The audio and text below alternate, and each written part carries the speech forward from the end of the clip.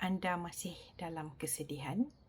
Tahukah ada di dalam Al-Quran ayat-ayat yang dikirimkan oleh Allah kepada kita berkenaan dengan bagaimana untuk kita fahami tentang hati yang luka.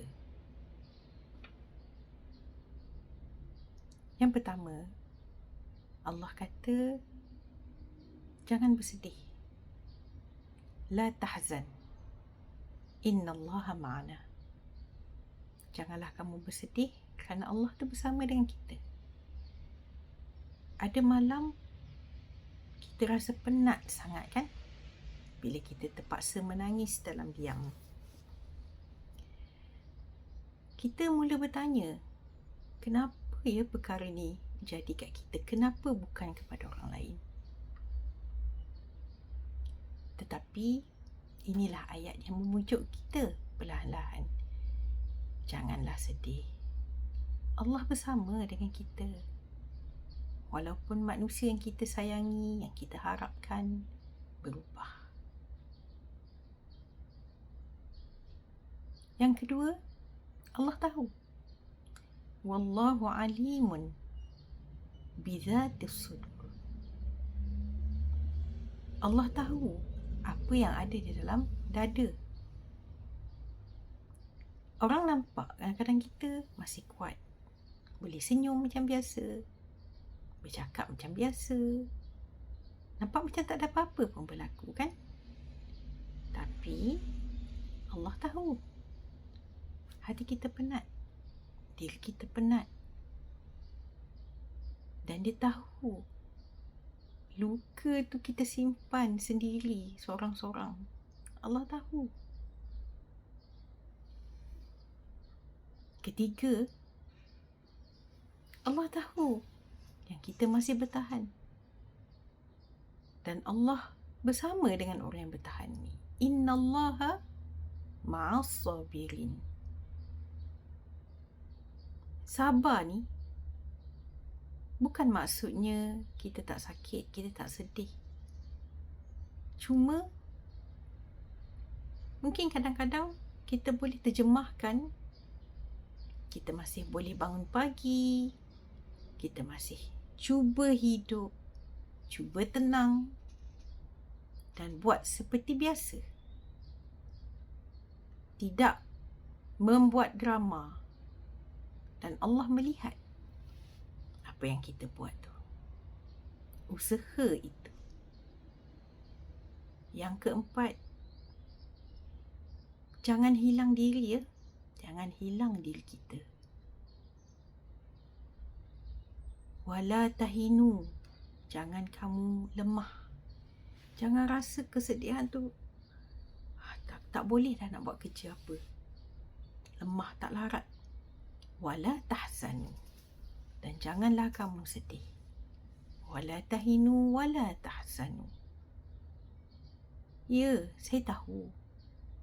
Pengkhianatan ni menjadikan seorang rasa dia tak cukup cantik, tak layak, tak sepadan, tak dihargai.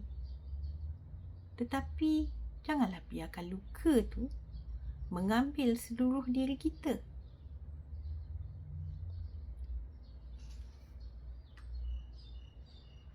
Sebabnya kita ni masih berharga. Cuma penilaian yang dilakukan oleh manusia itu dalam skema pemerhatian markah yang tidak betul.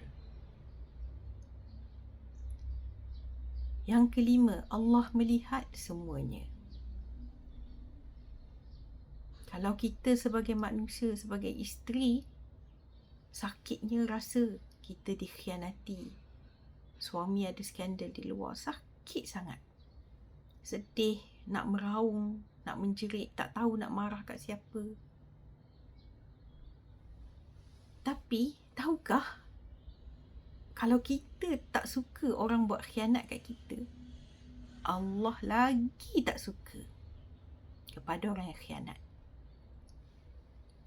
Innallaha la yuhibbul khainin. Jadi kadang-kadang kita rasa Tak ada siapa dah faham diri kita ni bila kita dikhianati. Tak ada siapa dah. Tapi Allah lihat semuanya. Allah lihat janji yang dipecahkan. Kalau dulu sebelum kahwin atau baru-baru kahwin, semuanya indah, janji macam-macam, ya. Tapi tak ada dah janji tu, hilang. Hati yang dilukakan, air mata yang bukan keluar, disembunyikan. Allah tahu. Allah tahu. Tak ada satu pun terlepas daripada pengetahuan Allah ni. Yang keenam, tak perlu pun kita nak berpura-pura kuat. Ceritalah kepada Allah. Dan jangan sampai usaha berpura-pura kuat tu, walaupun pada hakikatnya bagus, menunjukkan kita sabar, tetapi berpura-pura itu yang tak bagus. Kerana ia boleh menghancurkan diri kita kalau tak kena caranya. Maksudnya di sini, sabar yang indah daripada ayat fasbir sabran jamila. Bersabarlah kamu dengan sabar macam mana? Sabar yang indah. Lihat balik keindahan yang Allah ciptakan pada diri kita. Tak apa kalau kita nak menangis hari-hari, nak bercerita dengan Allah setiap malam bangun, menadah tangan. Ceritalah, tapi jangan biarkan luka tu menghancurkan, menghodohkan diri kita. Kemudian, tahukah kita bila kita sedih ini, jika kita sabar, jika kita balik kepada Allah,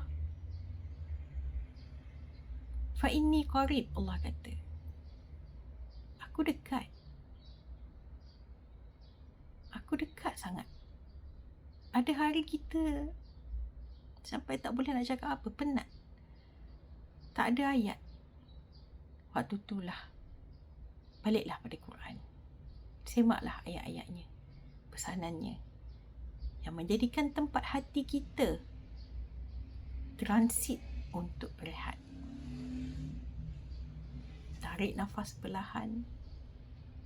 Ingatlah bahawa Allah dekat menemani kita, bersama dengan kita. Kita tidak bersendirian. Berbanding dengan seorang kawan yang kita nak pergi bercerita, kita mungkin perlukan masa, kita perlukan kenderaan, kita perlukan alat untuk berhubung. Nak bercerita dengan Allah, bila-bila je, kat mana je, tadah je tangan, panggillah nama Allah. Yang ke-8, jangan putus asa lah. Ya? Jangan putus asa. La taqnatu min rahmatillah. Jangan kamu berputus asa daripada rahmat Allah. Sekarang ni, mungkin semuanya kita rasa, ya Allah, gelapnya hidup. Macam mana nak selesaikan? Tapi hidup kita belum tamat. Kita masih ada tenang. Masih ada bahagia walaupun dalam bentuk yang lain. Bahagia tu masih ada. Harapan masih ada. Janganlah kita berputus asa. Fahamilah bahawa kesedihan ini tidak kekal pun. Ini yang ke-9 Allah kata. Fa inna ma'al usri yusra. Saya tahu ramai yang boleh ingat ayat ni, sebab dia adalah antara surah lazim kan bagi orang Islam. Fa inna ma'al usri yusra.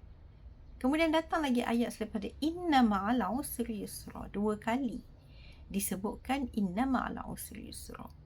Apabila ada ulangan begini, maknanya dia betul-betul memang ada konsep tu. Konsep tu memang ada. Dalam kesusahan tu ada kemudahan, kesenangan. Jadi jangan kita terlalu fokus kepada kesusahan tu semata-mata, sebab dalam kesusahan tu ada kemudahan dia. Jadi apa yang kita rasa sangat berat hari ni, ya, kita jangan fikir dia akan bersama kita selamanya. Dia akan tinggalkan kita juga. sedikit demi sedikit.